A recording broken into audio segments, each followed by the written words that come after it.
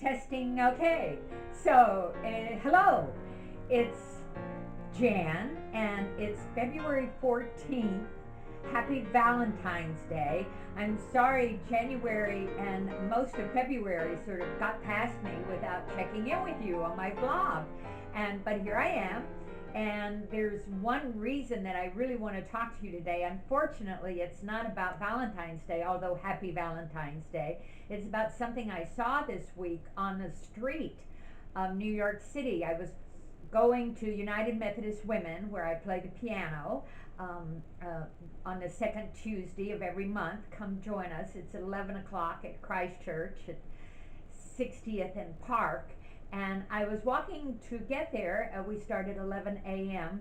And I saw under some scaffolding on 42nd Street and 9th Avenue a crowd of people. And suddenly, this young man turned and sucker punched a young lady that was walking past him.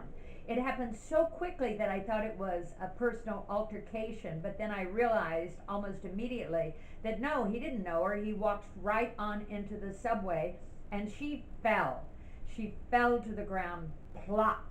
It was so frightening and I felt so bad for her. So I ran to her to see if she was okay, and another gentleman my age, two senior citizens, were hovering over her, and she thought that she had run into something. That was why she had fallen.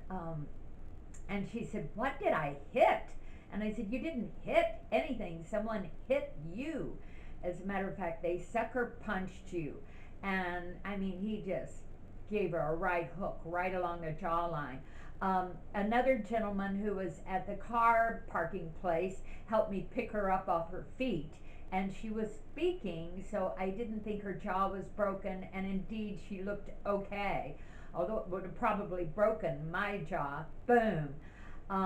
And so we talked to her until she seemed steady on her feet.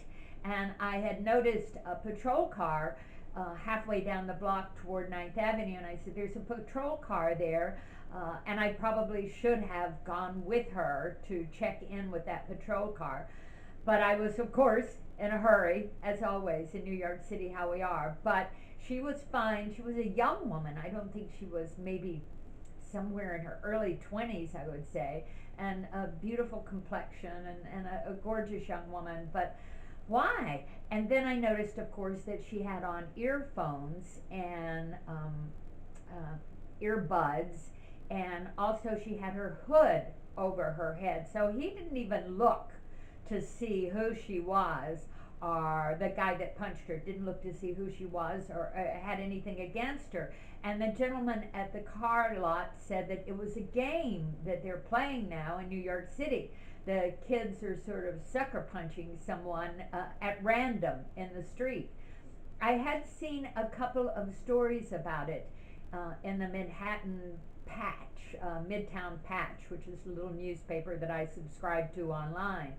And so a warning to you pedestrians in New York City. And she was not a small woman.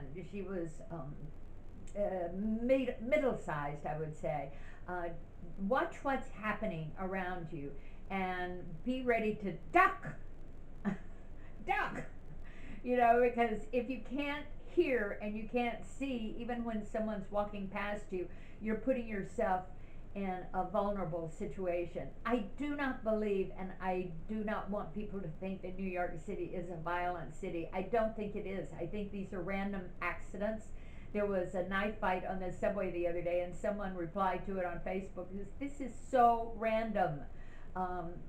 I probably saw as much violence in Northeast Texas as I have seen on the streets of New York since I was here.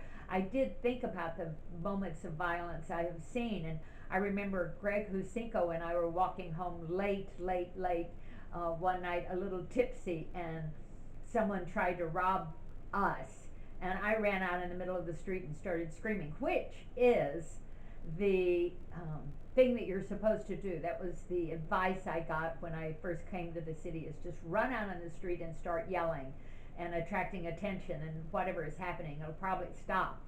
Indeed, a cab driver did stop and saved Greg, but he was not going to let go of his leather jacket, I'll tell you that.